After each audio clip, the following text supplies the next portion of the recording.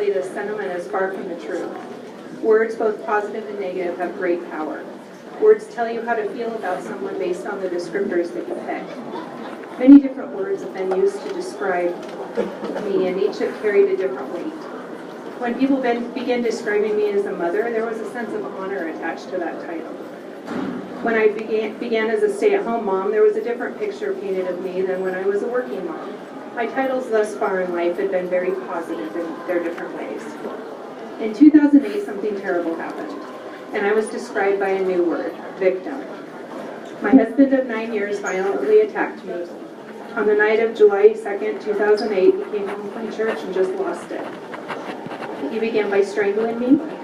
The rest of the night was just so terrifying, I felt it really couldn't be happening even as it was.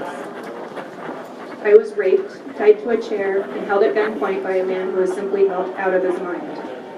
He loaded the gun in front of me, leaving one chamber empty, then pointed it at me and pulled the trigger. I felt so helpless. I was unable to stop what was happening to me, or to really even protect myself. No one could hear my screams or cries for help, and I just had to endure what was happening, hoping I would survive it.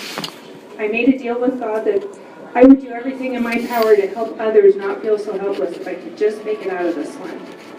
My wish was granted, and I'm here today to follow through with that promise. What happened that night was just the beginning of my ordeal. I made it through the night by agreeing to every demand he had and ensuring him that I would never leave him. He finally put the gun away after driving the point home that he didn't need it to take care of me if I got out of line. He went on to say that if I ever told anyone about what happened that night, even if he had to sit in prison for 10 years, he would start killing the people I loved while I watched, and then I would be the last to die.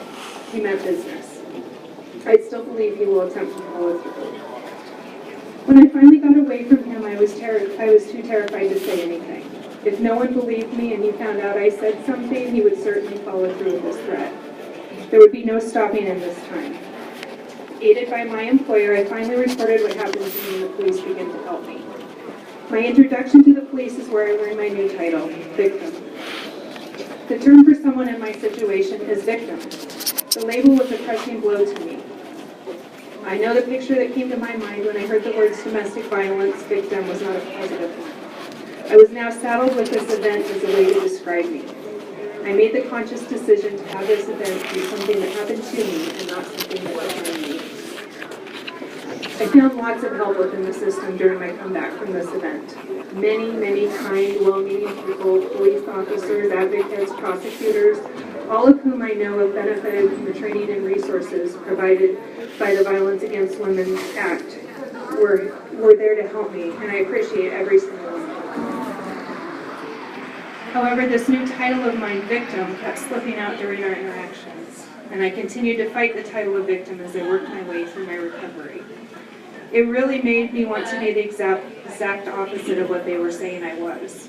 I believe living with the title of victim is a state of mind, even though it's used to describe someone who's had something terrible happen to them. The suggestion I would have to professionals who work with women in my situation is to pick your words carefully. You are helping someone who's had their world turned completely upside down. We may not feel we have the strength to move forward. It's so easy to fall into the mindset of victim in this situation. We need to feel empowered to overcome what has happened both physically and emotionally. We need help finding the courage to leave this terrible event behind, never to happen again. There's a lot of hard work ahead for a survivor of domestic violence, and the starting point is a very dark place. Support is key. I know that I would have a very different story had it not been the support of local programs and my family and friends. I spent these last 6.5 years working my tail off to provide for my family and removing the title of victim. Recently, I graduated with my accounting degree and am studying to be a certified fraud examiner. While I was in business school, I started a food cart to support my family during my time at Portland State University, and it took off. This last month, I opened a 50-seat restaurant, and people are loving it.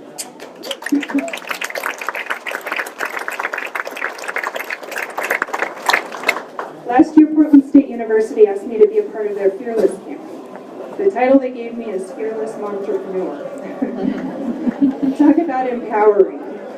I've known fear. I looked it straight in the face and survived it. The most terrible thing I could imagine has happened to me. What do I have to fear now? Just seeing my picture underneath the words fearless gave me a whole different view of myself. I can do it. It feels good to be described by the things you do have control over, as opposed to labeled with a description of something out of your control that's happened to you. The words that people use to describe me now are mother, fearless, entrepreneur, chef, friend, accountant, and many more. It warms my heart to hear the words people use. I'm described by many words, but none of them are me.